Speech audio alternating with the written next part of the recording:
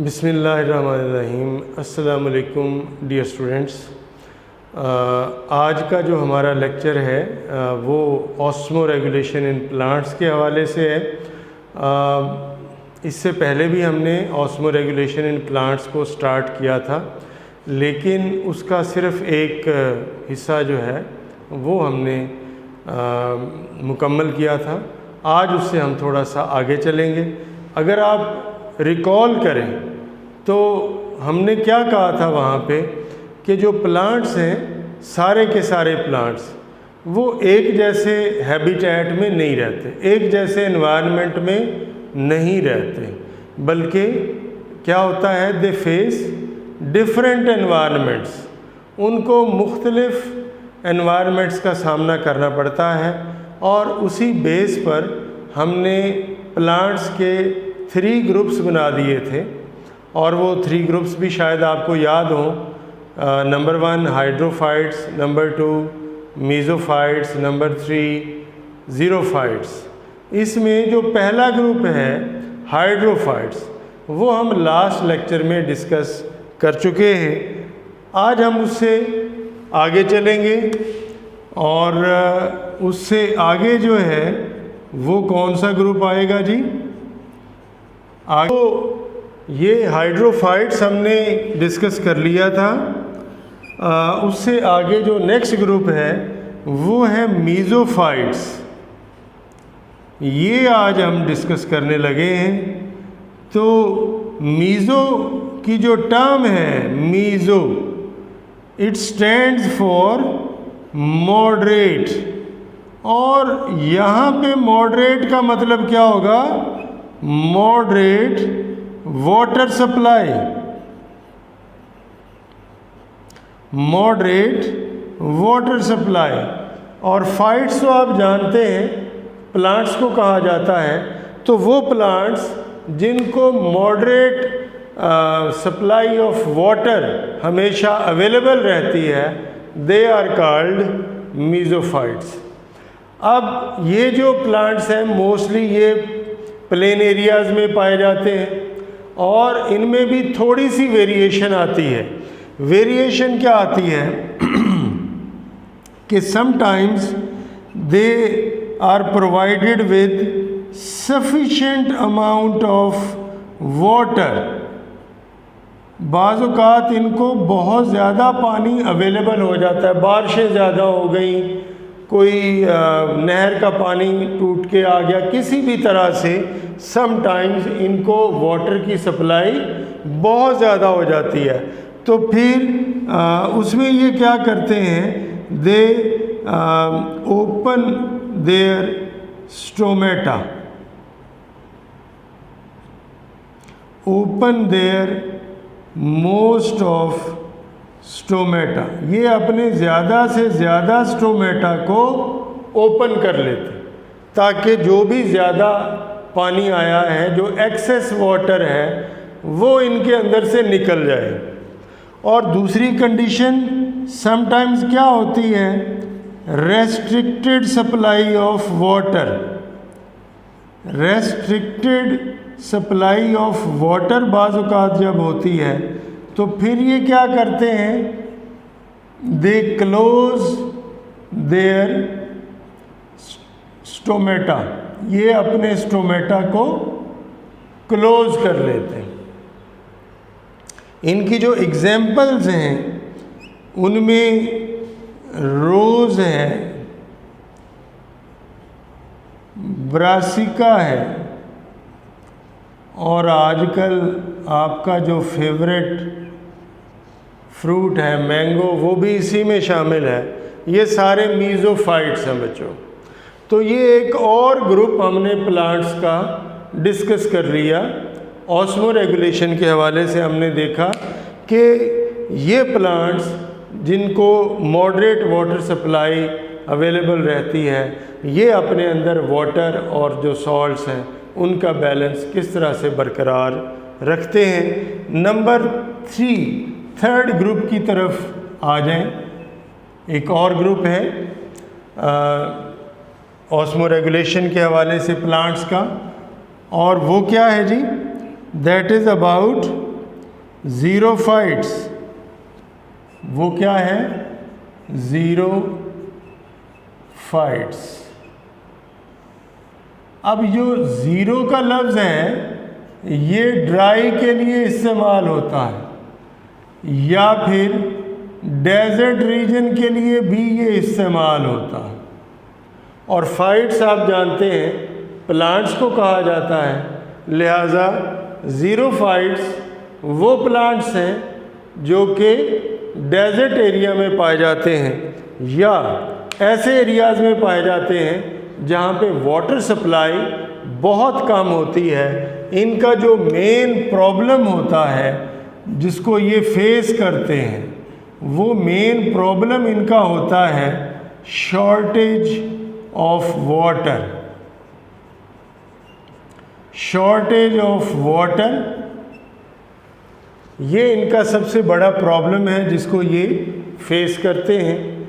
लेकिन इस shortage of water के बावजूद ये अपनी बॉडी में वाटर और सॉल्ट्स की कंसंट्रेशन को मेंटेन रखने में कामयाब रहते हैं। किस तरह से, किस वजह से? क्योंकि इन्होंने क्या कर रखी हैं? एडाप्टेशंस। इन्होंने एडाप्टेशंस कर रखी हैं और उन एडाप्टेशंस की वजह से ये इस काबिल हुए हैं। एडाप्टेशन में क्या है? इनके जो लीव्स हैं, इन्होंने अपने लीव्स को स्मॉल कर लिया है, उसको थिक कर लिया। फिर इनके जो लीव्स हैं इसके ऊपर इन्होंने क्यूटिकल डेवलप कर लिया है। क्यूटिकल जो है ये थिक भी है, वैक्सी भी है और लेदरी भी है। फिर इसके अलावा ये क्या करते हैं? इनके जो स्टोमेटा हैं वो लोअर सरफेस ऑफ लीव्स की लोअर सरफेस पर और मज़ीद क्या है, इन द डिप्रेशंस उनमें पाए जाते हैं। और कुछ प्लांट्स ऐसे भी हैं, फॉर एग्ज़ाम्पल कैक्टाई, ये क्या करते हैं? दे शेड देयर लीव्स, ये अपने लीव्स को ही गिरा देते हैं। और फिर इनका जो स्टेम है वो ग्रीन होता है और वो फोटोसिंथेटिक होता है। वो ये प्रोसेस क्यों सरअंजाम दे सकता है? क्योंकि वो सकुलेंट भी होता है। अब थोड़ी सी बातें हम इसको दोबारा से देख लें, इनकी अडाप्टेशंस को।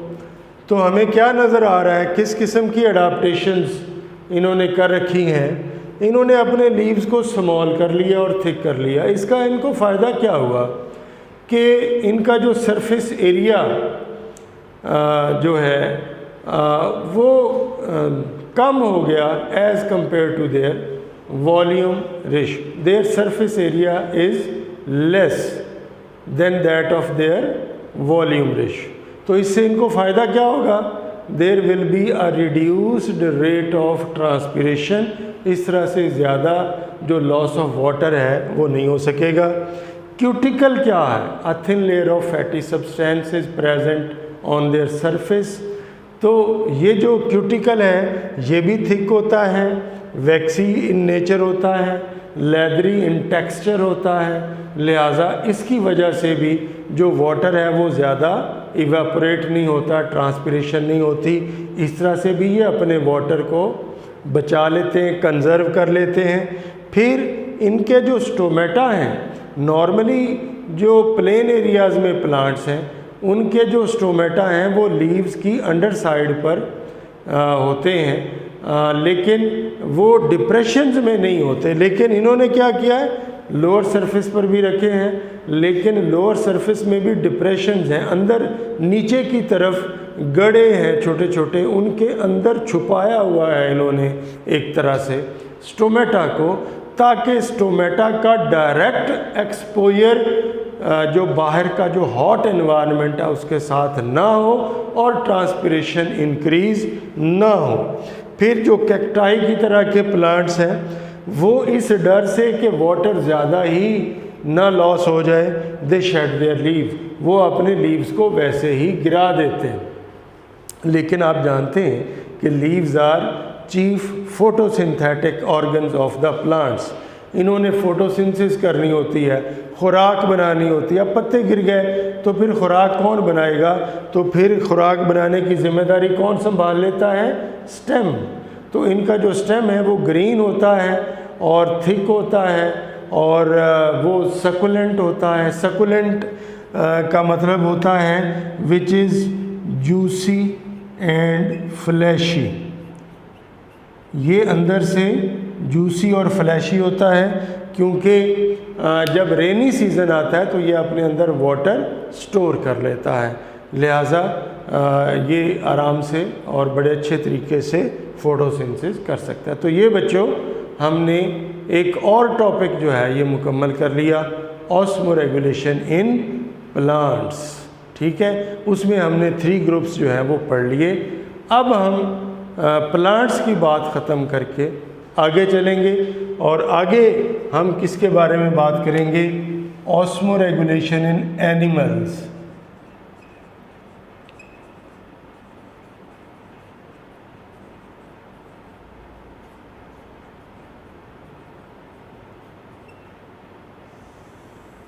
प्लांट्स के बाद एनिमल्स की बात हम करते हैं कि एनिमल्स किस तरह से ये वाटर और सॉल्ट्स का जो बैलेंस है वो बरकरार रखते हैं। इस हवाले से जो एनिमल सेल्स हैं बच्चों वो डिफरेंट हैं plant cells. They need more critical balance, more critical balance of water and salts. उसकी वजह क्या है? उसकी वजह ये है कि जो प्लांट सेल्स हैं उनकी जो आउटर मोस्ट बाउंड्री है वो किस चीज़ पर मुश्तमिल होती है? सेल वॉल पर मुश्तमिल होती है। सेल वॉल नॉन लिविंग होती है, रिजिड होती है, लिहाजा अगर उसमें वाटर एंड ऑस्मोसिस की वजह से आता रहे तो फिर एक वक्त आता है कि सेल वॉल जो है वो भी इनवर्ड प्रेशर लगाती है और वाटर आना बंद हो जाता है और सेल कभी भी बर्स्ट नहीं होता। लेकिन ये जो एनिमल सेल है, आपको पता है इसकी आउटर मोस्ट बाउंड्री जो है उसमें सेल वॉल नहीं है, बल्कि इसकी आउटर मोस्ट बाउंड्री सिर्फ किस चीज़ पर मुश्तमिल है? सेल मेम्ब्रेन पर मुश्तमिल है। तो सेल मेम्ब्रेन जो है वो थिन होती है और वो बड़ी डेलिकेट होती है। तो अगर उसमें ये बैलेंस जो है वो बरकरार ना रहे तो फिर क्या होता है? वो बस्ट हो जाता है। लिहाजा इस वजह से हम कहते हैं कि they need more critical balance of water and salts. तो अगर इनके लिए ये बहुत क्रिटिकल है तो बच्चों ये आपको जानकर खुशी होगी कि एनिमल सेल्स जो हैं वो इस बात को बहुत अच्छी तरह से समझते हैं और वो वाटर एंड सॉल्ट्स का जो बैलेंस है उसको बरकरार रखते हैं और इसको बरकरार रखने के लिए उनके पास 2 अप्रोचेज़ हैं। दे यूज़ 2 काइंड्स ऑफ अप्रोचेज़ और उन्हीं अप्रोचेज़ की बेस पर हमने एनिमल्स को 2 बड़े ग्रुप्स में डिवाइड कर दिया है और वो 2 ग्रुप्स जो हैं, जो बड़े ग्रुप्स हैं इस हवाले से वो कौन कौन से हैं? सबसे पहले हैं ऑस्मो कन्फॉर्मर्स। ऑस्मो कन्फॉर्मर्स जो हैं बच्चों ये कौन से एनिमल्स हैं? These are the animals whose body environment is isotonic to their external environment। इसका मतलब क्या हुआ कि the body fluid concentrations are same as those which are present in the external environment. तो ये ऑस्मो कन्फॉर्मर्स जो हैं, इनमें जो बॉडी फ्लूइड कॉन्सेंट्रेशंस हैं ये क्या है, सेम है। किस हवाले से, एक्सटर्नल एनवायरनमेंट के हवाले से। हम कह सकते हैं कि these animals are isotonic. Isotonic से मुराद क्या होगी कि their body environment, their body fluid concentration are same and they resemble with that of external environment. जिस तरह का वाटर और सॉल्यूट का बैलेंस या उनकी कॉन्सेंट्रेशन एक्सटर्नल एनवायरनमेंट में, वैसे ही इंटरनल एनवायरनमेंट में है। So they are isotonic to their environment. That's why they do not need to adjust their body fluid concentrations. लिहाजा इनको एक्सटर्नल एनवायरनमेंट के हवाले से अपनी बॉडी फ्लूइड की कॉन्सेंट्रेशन में किसी किस्म की कोई तब्दीली लाने की ज़रूरत पेश नहीं आती। दूसरा जो इसमें ग्रुप है एनिमल्स में, वो क्या है, ऑस्मो रेगुलेटर्स। अब इनके नाम से ही कुछ जाहिर हो रहा है कि ये वो एनिमल्स हैं जिनको रेगुलेट करना पड़ता है। देयर बॉडी फ्लूइड concentrations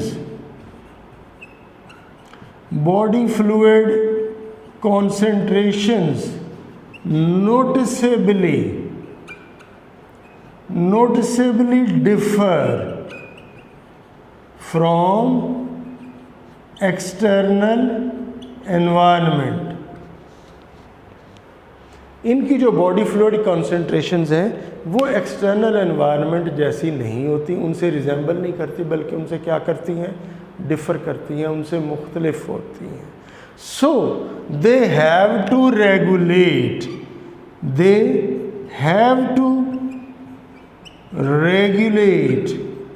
और adjust there body concentrations according to external environment। For example, अगर ये जो ऑस्मो रेगुलेटर हैं, इनमें से किसी एनिमल का बॉडी एनवायरनमेंट हाइपोटोनिक है, तो वो अपनी बॉडी में वाटर एंड सॉल्यूट का बैलेंस कैसे करेगा, इट विल डिस्चार्ज वाटर। ये अपने अंदर से वाटर को डिस्चार्ज कर देगा। अगर किसी एनिमल का बॉडी एनवायरनमेंट हाइपोटोनिक नहीं है बल्कि क्या है, हाइपरटोनिक है, और आप जानते हैं कि हाइपरटोनिक जिनका एनवायरनमेंट होता है, बॉडी एनवायरनमेंट, उसका मतलब क्या होता है कि उनमें बॉडी में सॉल्यूट की ज़्यादती है, सॉल्यूट ज़्यादा है, सॉल्ट्स ज़्यादा हैं, तो फिर वो क्या रिमूव करेंगे, दे विल रिमूव सॉल्ट्स। तो इस तरह से करके वो अपनी बॉडी के फ्लूइड की जो कॉन्सेंट्रेशन है उसमें वाटर और साल्ट्स को बैलेंस कर लेंगे। तो बच्चों, ये हमने कुछ अप्रोचेस के हवाले से बात की कि एनिमल्स में ये दो तरह की अप्रोचेस हैं अपने वाटर और सॉल्यूट को बैलेंस करने के लिए। इससे आगे हम पढ़ेंगे एनिमल्स डिफरेंट जो हैबिटेट में रहते हैं, वो नेक्स्ट लेक्चर में। तो तब तक अल्लाह हाफिज़, थैंक यू वेरी मच।